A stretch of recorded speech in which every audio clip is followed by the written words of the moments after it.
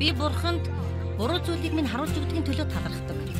Заримдаа би түүнд өөрийнхөө бодож байснаас ч илүү их талархдаг. Юу гэж өнгөрсөн 7 хоногийн нэг өдөр би бүх өдөр чинь талархсан. Тийм ээ эзэн минь, танд баярлалаа.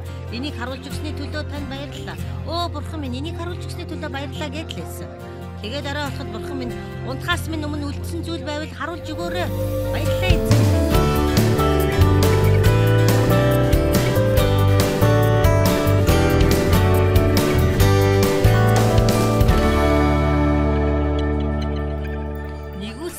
Та итгэлээрээ аврагдсан. Энэ бол бэлэг. Хэн нэгэн бахархах боломжтой. Сайн үйлсийн үр дүн биш. Нэгүслэр итгэлээрээ аврагдсан. Бурханаас бидний хүлээн авч байгаа бүх зүйл яг энтэй адилхан ижил арга замаар нэгүслэр итгэлээр хийгддэг. Бурхан доторх бидний итгэл, түүний амлалтанд итгэж байгаа бидний итгэл нь Бурханы ивэлийг худалдаж авч байгаа зүйл биш юм. Харин зүгээр л энийг хүлээж авч байгаа гар юм. Энэ бол Бурханы нэгүүлсэл. Бурханы нэгүүлсэлтэй хамт тэрний сайн сайхан нь бидний амьдралд цутхан орж ирдэг. Хинч байсан Бурханы хийж байгаа зүйлсийг амьдралдаа хүлээн авах тийм зохистой сайн байж чаддаггүй. Гэхдээ өөрсдийнхээ талаар битгий их уруу дараа сэтгэлтэйгээрээ. Харин чинь Бурханы сайн байдлыг бид гайхширахад хүргэдэг. Тиймээс нэгүүлслэр итгэлийнхээ дагуу, тийм ээ, надад жаахан итгэл байсан бол гэж та хэлдэг. Тийм ээ. Үнийн хэрэгтэй хүн бүрт итгэлийнх нь хэмжүүрийн дагуу өгөгдсөн гэж Ром 12 дугаар бүлэгдэр хэлдэг. Эрэгтэй эмэгтэй хүмүүс, эрэгтэй хүүхэд, эмэгтэй хүүхэд хүн бүр итгэлтэй. Танд ч бас итгэл байгаа. Амьдралынхаа өгөгдсөн цаг бүрт та хийх ёстой зүйлээ хийх хангалттай итгэл танд байгаа. Тийм ээ, надад итгэл байгаа гэж хэлцгээе. Тэгэхээр та итгэлээ нэг их ашигладаг учраас таны итгэл сул байгаа юм шиг санагдаж байгаа. Эсвэл та итгэлээ тодорхой хэсэгт л ашигладаг байж магадгүй.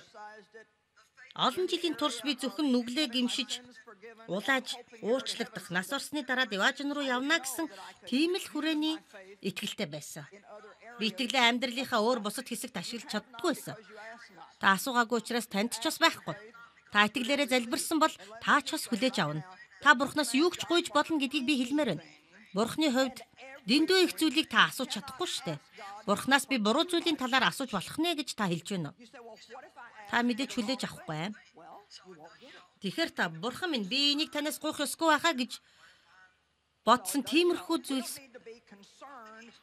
зүйлсийг битгий асуудал болгоорой. Тийм ээ. Тэр танд өгөхгүй шүү дээ. Бид Бурханаас гуйж болох хэд хэдэн тодорхой зүйлүүдийг Библи бидэнд хэлсэн байдгийг та нар мэднэ.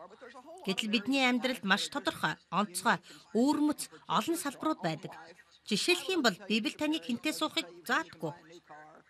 Хизээ машин худалдаж авахыг хэлдэггүй. Гэхдээ Библи бидэнд мэрэгэн ухааныг өгдөг. Хэрвээ бид ариун сүнсний удирдамжийг дагах юм бол бид мэрэгэн ухааныг мөрдлөг болгоод бид Бурханд түшиглэж, бас Бурханаас тусламж гуйдаг. Бид үнэхээр гайхалтай амьдралыг эхэлж болно.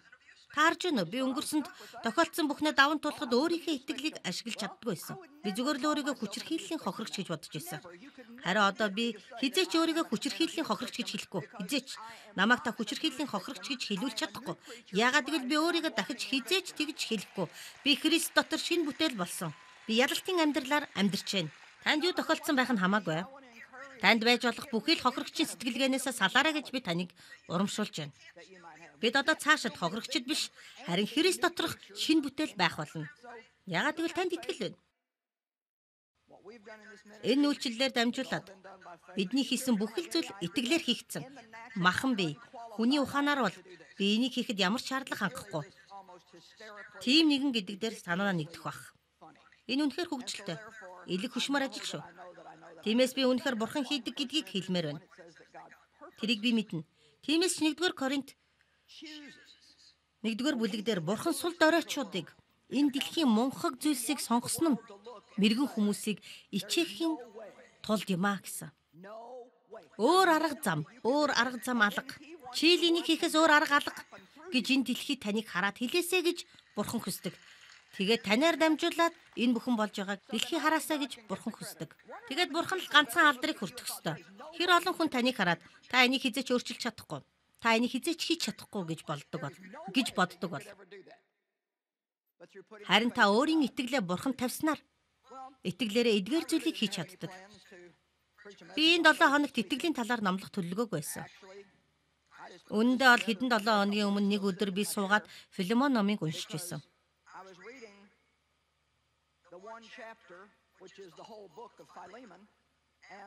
Тэгээд би 22 дугаар ишлэлээр хүрэхэд надад ямар нэгэн зүйл орж ирэх шиг мэдрэмж төрсөн. Тэгээд би итгэл хэрхэн яаж ажилдаг талаар нэг бяцхан номлол хийх хэрэгтэй юм байна да. Яагаад гэвэл бид итгэлийн зарим хуйлуудыг зүй зохистой нэрлэх ёстой. Энэхүү хууль нь цаг мөч бүрт үйлчилж яадаг. Яг л бидний нэрлэдэг таталцлын хууль шиг. Заримдаа биш. Цаг мөч бүр таталцлын хууль үйлчилж байдаг учраас би агаарт ямар нэгэн зүйлийг шидэхэд доошоо унж яадаг. Тиймээс үүнтэй адилхан итгэлийн тухайд бас тодорхой хуулиуд үйлчилж байдаг. Тодорхой нөхцлүүдэд итгэлийн тэрхүү хууль ажиллаж, харин тодорхой нөхцөлд энэ хууль ажиллахгүй. Тиймээс танд итгэл байгаа бол надад итгэл байна гэж хэлнэ. Тэгэхээр та итгэлээ ашиглахгүйгээр Бурханаас ямар нэгэн зүйлийг хүлээн авна гэж байхгүй. Тиймээс өглөө бүр би юу хийх ёстой тэр зүйлээ хийж байгаагаар итгэлээрээ харах хэсэг хугацааг өөртөө гаргах хэрэгтэй. Тэгвэл илүү үр дүнтэй байна гэж би бодож байна. Энэ зүйл та нарт сайхан сонсогдож байна уу? Одоо бүгдээрээ Филемон номын 1-р бүлгийн 22-ыг харъя. Паул энэхүү загтлыг Онесим гэдэг зарцынхын талаар Филемонд бичиж байна. Онесим үнэн хэрэгтээ Филемоноос зүхтэж явсан. Харин Паул тэрнийг өөрийнхөө сүнслэг хүүхэд болгон аваад Филемон руу буцаан илгээх гэж байгаа. Филемон тэрнийг зүхтаасныхын төлөө шийтгэлгүйгээр нэгүслэр хүлээн авч чадах хэсэг талаар Паул нэгтлэн асууж байна. Энэ номын үлдсэн бүх хэсэг нь энэ тухай гарч байгаа. Гэхдээ Паул хэлж байна. Энэ их чухал шүү. Паул энэхүү загтлыг бичиж байх үедээ шоронд байсан. Тэр хизээч судлагдах хэсгээ тодорхой мэдэж байгаагүй. Тэгээ хэлсэн байна. Гэхдээ тэр Филемонд ингэж байна. 22 дугаар ишлэлийг харцгаая. Энийний зэрэгцээ надад байр бэлдээрээ. Яагаад гэвэл та нарын залбирлаар би та нар руу очиж яана гэж найдаж байна. Залуучууд, энд нэг маш чухал зүйл байна. Юуны түрүүнд тэр ингэж хэлж байна. Хэрвээ та нар миний төлөө залбирах юм бол би эндээс гарч та нар дээр очих боломжтой олно гэж би итгэж байна. Тэр залбирлын хүч чадлын талаар итгэл байгаагаас гадна тэр залбирвал эсвэл хэн нэгэн түүний төлөө залбирах юм бол хаалга нээгдэж шоронгоос суллагдах болно гэдэгтээ итгэж байна. Итгэлээр залбирахгүй бол битгий залбираарай. Харин залбирч байхдаа нэгдүгээрт Бурхан таныг сонсно гэдэгт. Хоёрдугаарт таны гуйж байгаа зүйлийг өгнө гэдэгт энгийнээр яг хүүхэд шиг итгэх хэрэгтэй. Харин та буруу зүйл гуйж байгаа бол тэр илүү сайн зүйлийг танд өгөх болно. Амен. Тэгээд тэр намайг зочлох болно гэж найдаад надад байр бэлдээрэй гэсэн. Би одоо та бүхэнтэй хүлээлт бас найдлагын хүч чадлын талаар ярмаар байна. Яагаад гэвэл итгэл нь идэвхтэй, маш хүчтэй, хүлээлттэй байх ёстой. Паул миний төлөө залбираарай. Би эндээс суllагдж та нар дээр очих болно. Тэгээд надад байр бэлдээрэй гэж хэлсэн. Тийм ээ. Энийг харж байгаа хүн байна уу? Түүнчлэн мөн чи надад байр бэлдээрэй. Яагаад гэвэл тэр тэндээс суllагдана гэдэгтээ итгэлтэй байсан. Бид жирэмсэн эмэгтэйг хараад ээж болох юм да гэж мэддэг. Яагаад гэвэл бид өөрсдөө жирэмсэн байж үтсэн учраас шүү дээ.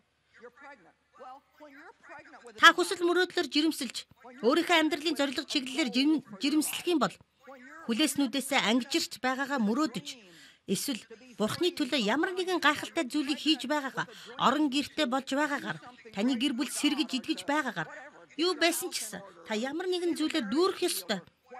Ямар нэгэн зүйл болно гэдэгт итгэж найдан хүлээх ёстой. Амен. Хүлээлт. Ихэнх хүмүүс юу ч хүлээдгүй учраас тэд юу ч хүлээж авдаггүй. Маш олон хүмүүс тийм ээ. Юу болохыг харъя.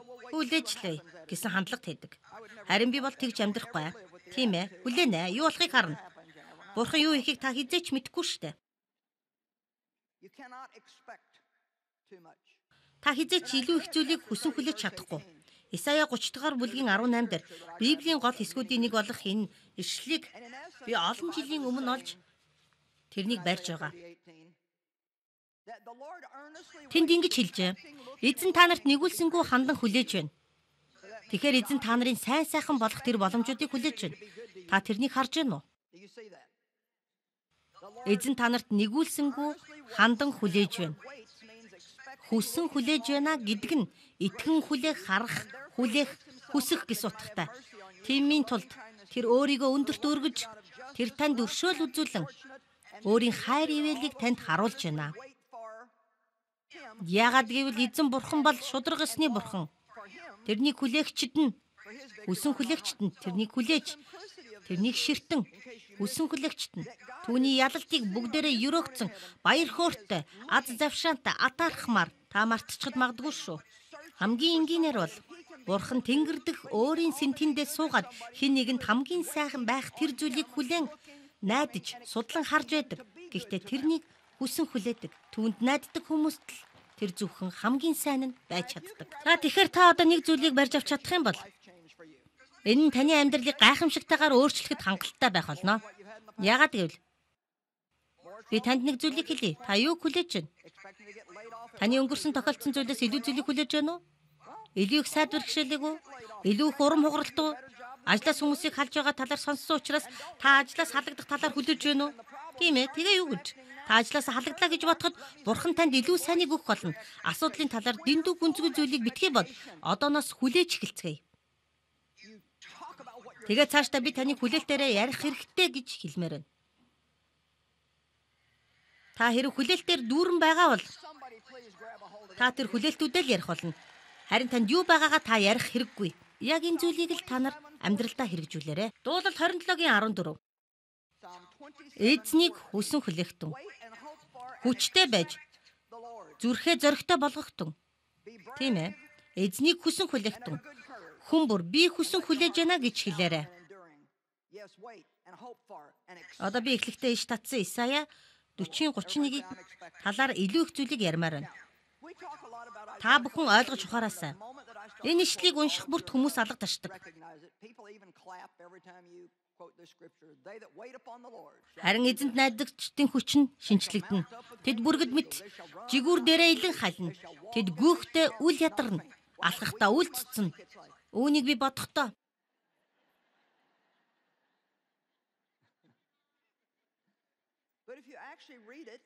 хэрвээ та энийг уншихдаа хүлээх, найдах гэдэг үгийг судалж байсан бол эсвэл энэ үгийн талаар үгийг их хэл дээрээс нь тайлбардаг, тайлбар Библиэс хэрв харж байсан бол энэ үг нь эзнийг хардаг, хүсдэг, хүлээдэг хүмүүс гэсэн байгаа. Эзнийг хүлээх зураа та бие махбодоор ямар нэгэн зүйлийг хийхгүй яж болох юм. Ягаад гэвэл амьдралын ямар ч нөхцөл байдал бидэнд байж болох юм. Шударгаар хэлэхэд юу ч хийж чадахгүй тийм нөхцөл байдал бидэнд байж болох юм. Тиймээс ч бид заримдаа чи бурхныг хүлээх хэрэгтэй гэж хэлдэг. Харин хүлээ гэдэг нь магадгүй та бие махбодоор юу ч хийж чадахгүй маш их идэвхгүй байдал байж болох ч. Харин та сүнсэндээ илүү их идэвхтэй байх ёстой үе юм шүү. Сүнсээрээ идэвхгүй байж болохгүй. Хүлээж байгаа үедээ сүнсээрээ идэвхтэй байгаараа. Бурхан минь, би ямар нэгэн гарч хүлээж байна. Өнөөдөр харин тэр өдөр байна. Заримдаа та нар өөрсдийн төсөөллөө ашиглан ойлгомжгүй болчихгүй төлөө өөрсдийн оюун санааны хяналтаа алдахгүй төлөө хичээж байж болох юм. Гэхдээ бид өөрсдийн төсөөлөлтөө штэ. Энийг ашиглах ёстой юу? Та энэ талаар юу гэж бодож байна? Аль эсвэл энийг амьдралд маань тохиолдсон азгүй зүйлсийг санахтаа, бүхэл мөг зүйлийг санахтаа л ашиглах ёстой мó? Яагаад би хэсэг суугаад нүдэ анаа? Бурхан минь, би асуудлаас гарч миний амьдрал сайхан болж байна гэж мөрөөдөж байна. Миний мөрөөдөл биелэх замдаа явж байгааг би мэдэж байна гэж яагаад хэлж болохгүй гэж. Амен. Тэгэхээр итгэл гэдэг бол тэр чигтээ хүлээлт юм. Бидний ойлгох ёстой хоёр дахь зүйл бол итгэл бол бурханд таалагддаг ганц зүйл юм аа. Еврей 11:6 дээр итгэлгүйгээр бурхан таалагдана гэдэг бол боломжгүй зүйл юм аа. Яагаад гэвэл бурхан руу ирж байгаа хүн тэр байдаг гэдэгт итгэх ёстой. Би нэшлэлийн хоёр дахь хэсэгт нь маш их дуртай. Өөрийг нь хайгч тэр шагнагч нь болдог гэдэгт итгэх ёстой. Тэгэхээр зөвхөн бурхан байдаг гэдэгт итгээ зогсохгүй. Бурханы үгийг судалж, бурханыг эрен хайж, тогтмол залбирч, түүний дотор байж, таныг шагнана гэдэгт маш хүчтэй итгээсэй гэж хүсэж байна. Хэрвээ та ажил хийдэг бол цалин тавих өдөр тогтмол болдог шүү дээ. Амен. Яг л бид нар баасан гарагт цалин буухыг эсвэл 7 хоногт нэг юм уу 2 өдөр эсвэл сард нэг юм уу 2 өдөр битгхээр их авахтаа биш. Зүгээр л цалин буух өдрийг тэсэн ядан хүлээдэг шиг тийм хүлээлт байгаасаа гэж бурхан хүсдэг. Тийм ээ. Бид бурханаас шагнал хүлээх ёстой. Яагаад гэвэл та шагнал гэдэг үгийг судлах юм бол бурхан Библиэлд энэ талаар амласан. Хэрвээ бид зөв зүйлийг хийгээд зөв сонголт хийх юм бол бид өөрсдийнхээ амьдралд шагналыг хүлээж авах болно. Зарим нэгний чинь амьдрал яг одоо тарих цагтаа явж байгаа. Тийм ээ. Тариалах, газар хаглах цаг үе бол бүхэлдээ тийм сайхан цаг биш ээ. Гэхдээ тариалан ч хүн оюун санаандаа ургацаа хүлээхгүйгээр хизээч тарьдаггүй.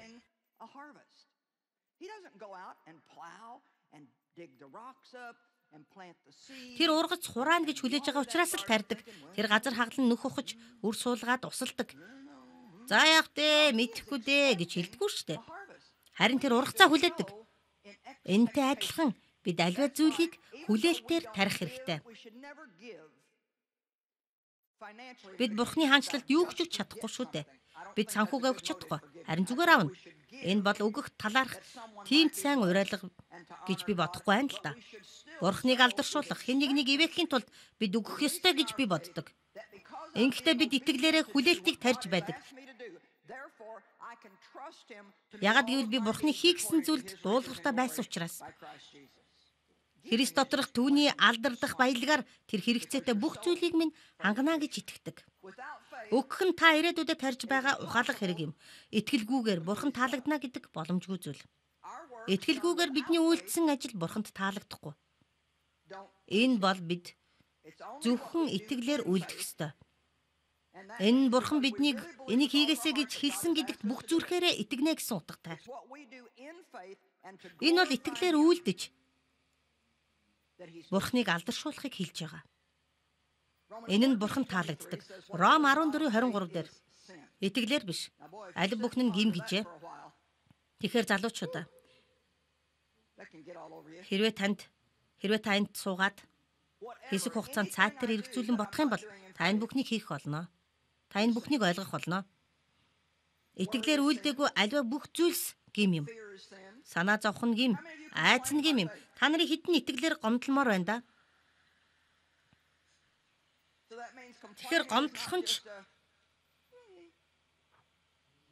яг чинь бол гим.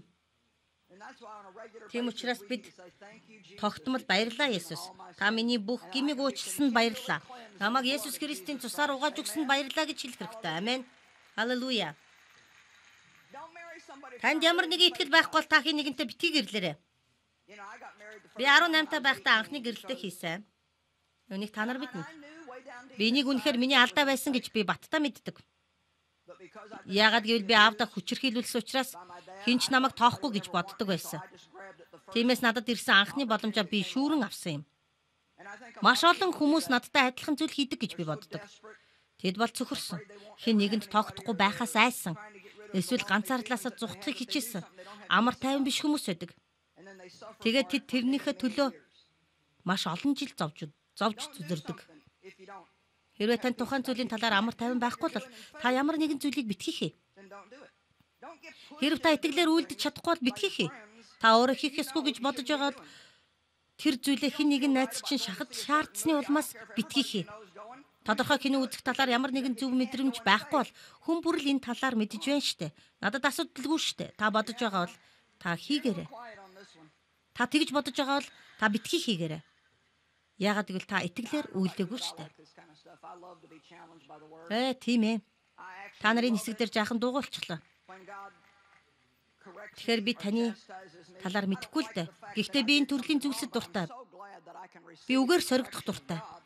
Бурхан намайг сахилгажуулж засахад би үнэхээр дуртай. Би юуг буруу хийсэн талаарх баримтанд би үнэхээр дургу. Харин би Бурханаас залруулах хүлээн авах их дуртай. Би хизээч энэ зүйлээр яллуулж шүүгддэггүй. Би үнэхээр сэтгэл хангалуун байдаг. Бурхан намайг залруулах цаг мөч бүрт би байнга талархдаг. Заримдаа би талархмаар байгаагаасаа ч илүү талархдаг. Юу гэж би нэг өдөр бүхэл өдөр чинь талархсан. Тийм ээ, Бурхан минь, энийг харуулсны төлөө баярлалаа. Баярлалаа бурхан минь, энийг харуулсны төлөө гэдэл бүхэл өдөр чинь талархсан. Өдрийн төгсгөлд би үнэхээр баяртай байна. Би одоо орондоо орох цаг болчихлоо. Үлдсэн зүйлсийг та надад харуулж өгөөч гэж хэлсэн. Бурхан талархъя. Өдөр бүр ийм байдгүй. Гэхдээ таныг хангалттай хайрладаг. Таныг хүнд хэцүү үед хизээч орхихгүй. Хаадын хаан, эцдийн эзэнтэй ийм нөхөрлөлтэй байж баяр хөөртэй байхад суралцах хэрэгтэй. Би энэ дуртай. Үнэхээр дуртай. Тиймээс хэрэг би таны бизнес руу ямар нэг байдлаар орж итгэлээр бос хийсэн бүх зүйл нь гим юмаа гэж хэлэх юм бол энэний төлөө баярлагтун. Таныг ямар нэгэн зүйл гуйвж дайвуулаад байгаа бол таны сүрэнд ямар нэгэн зүйл хэрэгтэй байна гэсэн үг. Гурав дахь зүйл бол итгэл нь Бурхны үгэн дээр суйрлагдах ёстой. Бүхнээс илүүгээр юуны төрөнд бидний итгэл Бурхан дотор байх ёстой. Бурханд итгэлтэй бай гэж Библиэд хэлдэг. Би өмнө нь та нарт хэлж байсан. Бид бүгдээрэнд итгэл байгаа гэж. Харин хүн бүрт итгэлийн хэмжүүрийнхэн дагуу өгөгдсөн байгаа. Одоо би энэ талаар ярмаар байна. Та ямар итгэлээр үлдмээр байна? Энэ таны хэрэг. Та итгэлээ өөр дээрээ тавьж болно. Харин энэ бол явцгүй. Та хичээх тусмал доройтно. За цаашаа явцгаая. Та өөрийнхөө итгэлийг хүмүүстээр тавьж болох юм. Бид хүмүүст итгэж болохгүй гэж хэлэх гээгүй л дээ. Харин хүмүүс таны урмыг хугалж таныг доош нь татдаг юм шүү л гэж хэлмээр байна. Бид нар төгс биш учраас бидэнд бие биеийнхээ урмыг хугалахгүй байх төгс чадвар байхгүй. Өөрийнхөө итгэл найдварыг хүмүүст битгий тавиа. Харин эзэнт л ганцхан найдвараа тавь. Та хүмүүст итгэх юм бол, хүмүүст итгэл найдвараа тавих юм бол та хүмүүс рүү хараад энэ хүн намайг хизээч шархлуулахгүй гэж бодож эхлэнгүүт л асуудал үүсдэг. Өөрийнхөө итгэл найдвараа энэ дэлхийн системд бүүг. Та Бурханаас хамааралтай байна уу гэдгээ л шалга. Бурханд л хамааралтай бай. Энд ирсэн эрэгтэй эмэгтэй хүмүүс бүгдээрээ Бурханаас хамааралтай байсан л манай улсыг хүчрэхэг болгосон юм. Манай үндэстэн дахин Бурханаас хамааралтай болох хэрэгтэй. Бурхангүй улс төр бол аимшигтай зүйл юм. Итгэл нь суйртай байх ёстой. Юуны өмнө итгэлээ та Бурханд өгөх ёстой. Та маш сайхан ажилдаа байгаа 7 хоног бүр та бэлэн мөнгө хүлээн авдаг байж болох юм. Гэхдээ хэрвээ би таны оронд байсан бол би тэр ажилд юм уу? Үлдсэн амьдралдаа хизээч найдвараа тавихгүй байх ёстой. Бурханд найд. Магадгүй танд их мөнгө хэрэгтэй болоод тэгээд мөнгө олохын тулд та ажил хийж болох юм. Харин миний ярьсан зүйл таны урмыг бүү хуглаасаа. Өөрийнхөө найдварыг Бурханд тавь. Ихэнхдээ бид өөрсдийн маань хайрлан халамжлах буруу их сурвалжууд дээр анхаарлаа хандуулдаг. Харин бид Бурхныг үргэлж харах ёстой. Та Бурхан руу залбирлаараа очих юм бол Бурхан таны хэрэгцээг хангаад компанийг танд өгөхийг хүсдэг. Бурхан ийм арга замаар ажилладаг. Харин Бурхан таны хэрэгцээг өөр арга замаар хангахыг хүсэж байгаа бол та түүнд итгэсээр бай. Бурхан таныг ивэхийг хүсдэг. Маш олон боломжуудын үе таалгыг нээх болно. Та намайг сонсож байна уу? Та нарын зарим нь орлогын их үүсвэрэл харж байна. Та нар ажил харж байна. Арай ажил битгий хар. Бурхныг хар. Бурхан минь надад хинч юу ч өгөхгүй байсан хамаагүй. Харин та надад ямар нэгэн зүйлийг өгөхөөр шийдсэн бол би түүнийг авъя. Та нар намайг сонсож байна уу? Би дахиад хэлье. Та Бурханд хандаад надад хинч юу ч өгөхгүй байсан хамаагүй. Би таны өгөх зүйлийг л авъя. Тамд байгаа чөтгөр, дэлхийд байгаа хүн альч вэ? Намайг энээс холдуулж чадахгүй гэж хэлэх хэрэгтэй. Амен. Та тэгэхээр итгэл суйртай байх ёстой. Юуны өмнө Бурханд итгэх ёстой. Бурханд итгэлтэй байх ёстой. Бас Бурханы үгийг болоод Бурханы амлалтуудыг хангалттай мэддэг байх ёстой. Бурханы амлалтуудад итгэлээ тавих ёстой. Хэрвээ танд бичээс болон ишлэл байхгүй бол та ямар нэгэн зүйлийн төлөө цаг үргэлж залбирч чадна гэж би бодохгүй байна. Харин та залбирлаа аль болох их Бурханы үгээр дүргэх юм бол энэ нь ухаалаг хэрэг болно гэж би бодож байна. Үгээр залбир. Бурханд өөрийнх нь үгээр залбир. Бурханд сануул. Зүнчид энийг хийж байсан. Тэд цаг үргэлж Бурханд юу хэлснийг нь сануулж байсан. Тиймээс та ингэж хэлэх хэрэгтэй. Бурхан минь, та миний бүхий хэрэгцээг хангана гэж амласан. Тиймээс би таны үйлдэлийг хүлээж байна. Таны амлалтын төлөө танд баярлалаа. Бурхан минь, хэрвээ бид хүүхдүүдэд сургах юм бол тэд үдэл болсон ч таны замаас эргэхгүй. Тэд таны замаас холдохгүй гэж та хэлсэн. Тиймээс тэд одоо хаа байгаа газараасаа тань руу эргэх болно гэж би итгэж байна.